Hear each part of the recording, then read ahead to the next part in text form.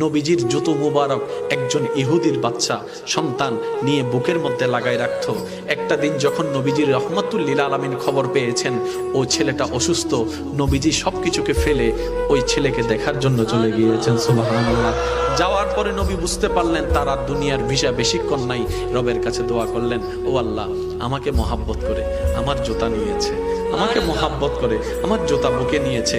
জগৎ যখন জানবে নবীর জুতা বুকে নিয়ে নেওয়ালা জাহান্নামে চলছে, জাহান্নামের আগুনে চলছে, আল্লাহ, এটা তো আমার ইজ্জতের ক্ষতি, এটা তো আমার ইজ্জতের ক্ষতি। তুমি না বলেছো ওয়ারাফানা লাকা যিকরাক, তুমিই তো বলেছো ওয়ালা সাওফা ইউতিকা রাব্বুকা ফাতারদা, তুমি তো আমাকে বলেছো ওয়ামা আরসালনাকা ইল্লা রাহমাতাল লিল আলামিন।